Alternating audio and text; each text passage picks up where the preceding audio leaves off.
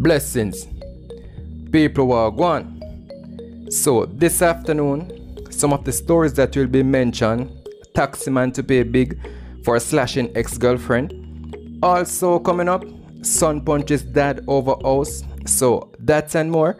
And in order for you to stay abreast with what is happening in Jamaica, you need to join the family. So remember that if you're new to the channel, if it is your first time over here, please, I'm asking you to subscribe. Plus, click the notification bell, and while doing so, select option all. So that way, you'll be first in line to be notified about each and every activities on our channel, on this channel.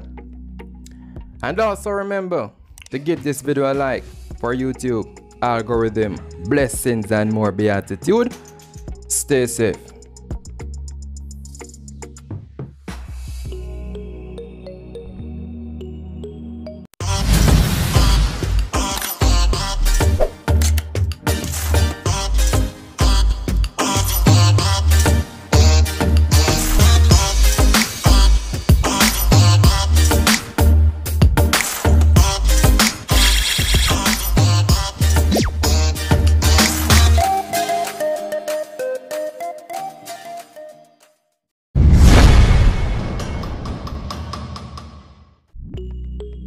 The police are advising the public that traffic flow is being negatively impacted on the Marcus Garvey Drive in the vicinity of the bridge at the Portmore Toll Road exit.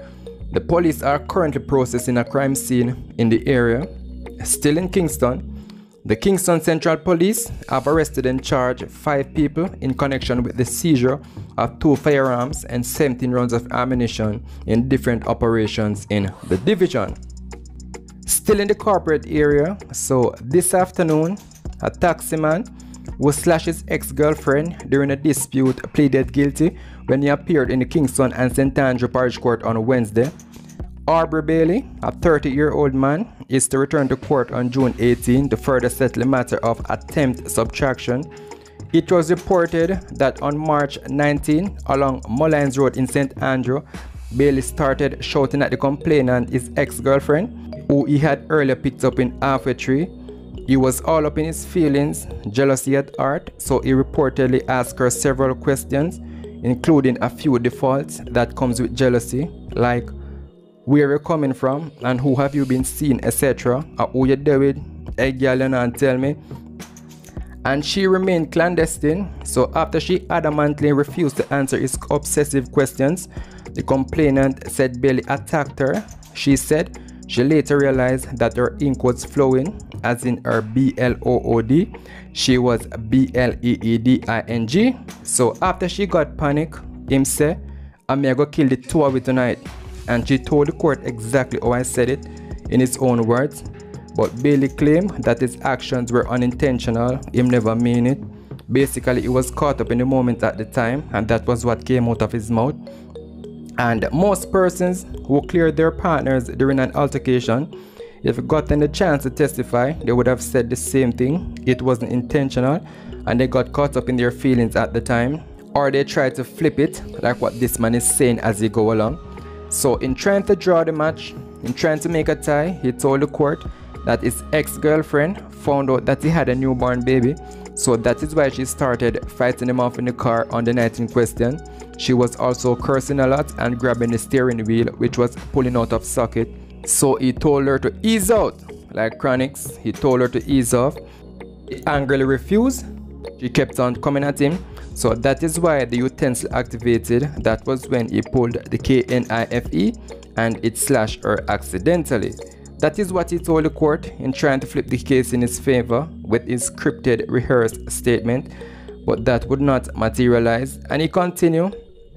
He added that after her ink started coming forward, he was the one who said first aid and applied the bandage on the wound he inflicted.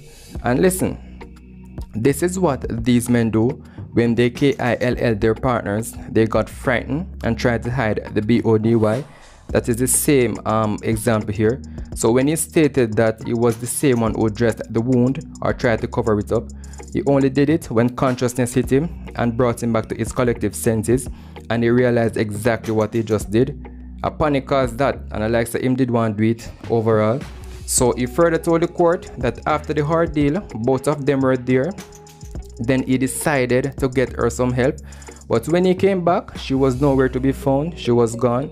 And she did the right thing, because after him sliced her, I can bet that this young lady did want to exit the car right away, but he held her hostage with apologies, trying to take that time to apologize, saying how much he did not mean to do it, etc., etc. So it's not like she was sitting there willingly with him out of care or love, considering forgiveness, etc. She was more hyped up with fear, anxiety to leave, thinking of a way to escape his crazy head. So this young lady, the complainant, denied being the aggressor. She made it clear that she didn't start any drama. And as she continues, she told the judge that this man is mendacious, is lying, because she found out about the baby on the Sunday after everything went down. So the judge asked the question that would set the tone of understanding. He asked that if she was in a relationship with Mr. Bailey at the time of the incident, and she said no. She always telling him that she don't want any relationship with him. And now she pressed charges. Bailey's baby mother and other relatives have been pestering her to drop the case and move on like nothing happens. And I would advise her not to listen to the voice of the corrupt, because that only goes to show you that if he did KILL, this young lady is no baby mother, and those same relatives who try to shield him from justice, they would actually send him away on a hideout hiatus until his case fade away in the Jamaican system. So the judge, Mr. Crooks, asked her that if Bailey is willing to compensate her for the injuries, if she would accept the money. And that was a crooked question for me, because in my eyes, he must be sentenced. He should be remanded in custody. Forget about his belt, jewelry, and all the lacing of his footwear, and prepare himself to go and spend some lengthy custodial time along with compensation. So after Mr. Crooks asked her the crooked question, she replied saying she would want $500,000, that is $500,000. So Bailey's $50,000 bail bond was extended with conditions until he returns to court. He must report to the Olympic Gardens police station on Mondays and Fridays between 6 a.m. and 6 p.m. You must also keep away from the complainant, so I'll keep you abreast once it is appropriate for me to mention his next hearing on my platform. So leave a comment and make your opinion count down in the comment section. Still in St. Andrew, a father and son who got into a physical squabble following an argument about their home were able to resolve their issue at the Kingston and St. Andrew Parish Court yesterday. Chief Parish Judge Chester Crooks ordered 21-year-old Karen Miller and his father to on-the-spot mediation. He asked the son, Karen Miller, if they both left the same house for court, and he said yes, they both live together. And he was before the court facing the charges of inflicting bodily harm because it is alleged that he punched up the father. According to reports, on April 11, Miller punched his father in the left eye at their home in Wickiwaki, Bull Bay, St. Andrew, after an argument developed between them relating to the father wanting to sell the family home. Me said to daddy, think about what you're going to do if you sell the house where mommy and my little sister are going to live.